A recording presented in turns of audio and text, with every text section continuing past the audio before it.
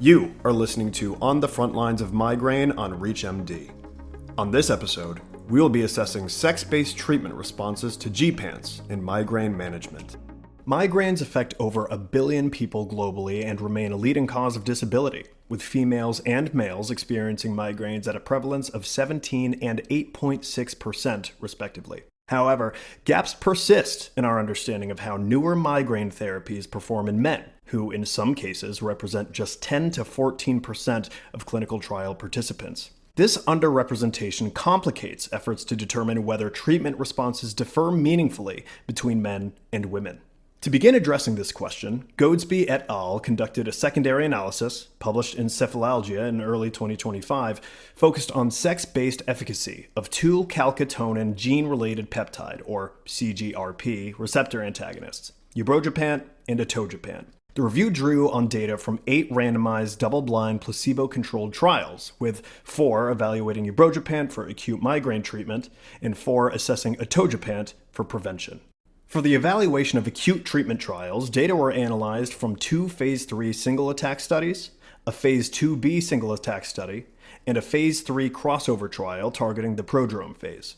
As for the analysis of preventative trials, the secondary analysis incorporated 2 episodic migraine studies, a chronic migraine study, and a trial enrolling patients who had failed 2 to 4 preventative treatments. In the 2 Phase 3 single-attack trials, the efficacy of ubrogepant for acute migraine treatment was evaluated using 2 co-primary endpoints: freedom from pain and the absence of the most bothersome symptom, both at 2 hours post-dose.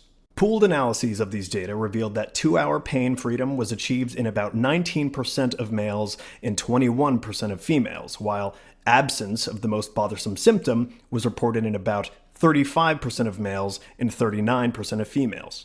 However, no statistically significant differences in 2-hour pain freedom were observed between sexes, with p-values of approximately 0.15 for pain freedom and 0.1 for the absence of the most bothersome symptom, indicating that treatment effects were consistent across males and females. Response trajectories for both co-primary endpoints also aligned similarly between sexes throughout the 48-hour post-dose window, reinforcing the conclusion of a comparable treatment response. Notably, an exception occurred in one of these Phase 3 single-attack trials. In the UBR-MD-01 trial, the 2-hour pain freedom rate in the male placebo group of 20.4% exceeded that of the ubrogepant-treated male group at 14%. However, the response rate among males receiving ubrogepant was similar to that of females. This finding likely reflects the greater variability associated with smaller male subgroups.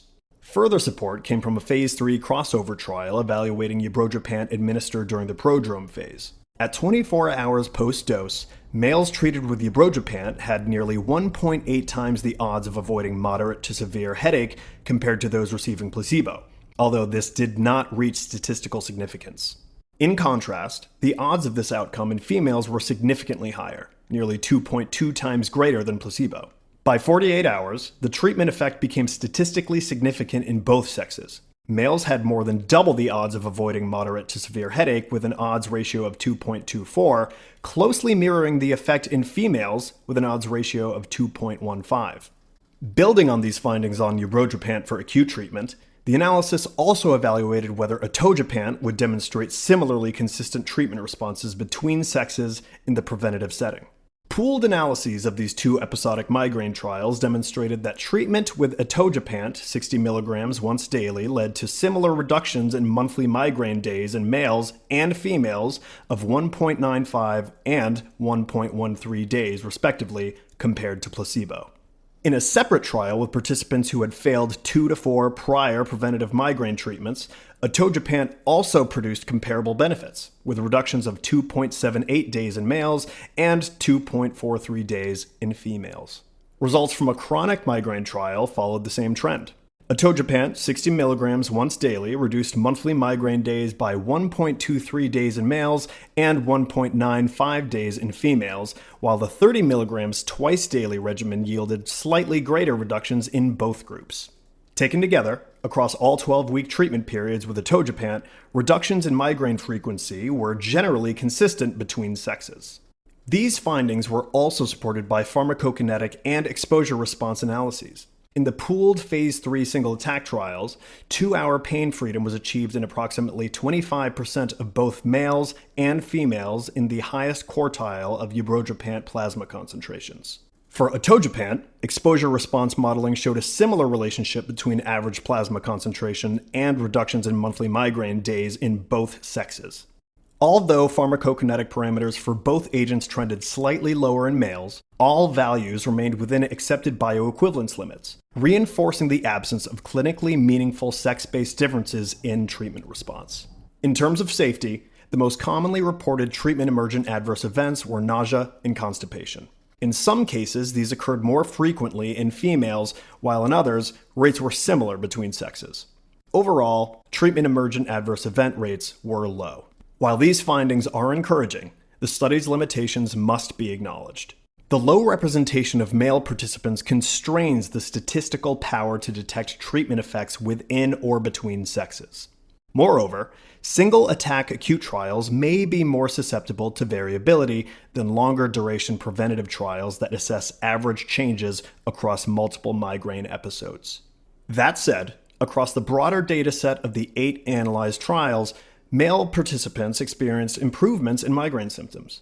Ubrogepant demonstrated efficacy in males for the acute treatment of migraine when administered during both the headache and prodrome phases, and atogepant significantly reduced monthly migraine days in preventative treatment trials. Also, no differences in pharmacokinetics or safety profiles were observed that would necessitate sex-specific dose adjustments. Altogether, while these individual trials were not powered to detect treatment differences between sexes, the consistency of treatment responses across male and female participants supports the broader clinical utility of these small molecule CGRP receptor antagonists. Further studies with more balanced enrollment are needed to confirm these observations, but current evidence suggests that ubrogepant and atogepant offer effective options for both acute and preventative migraine management, regardless of sex. This has been an episode of On the Front Lines of Migraine on ReachMD. To learn more or listen to other podcasts, visit reachmd.com, where you can be part of the knowledge. Thanks for listening.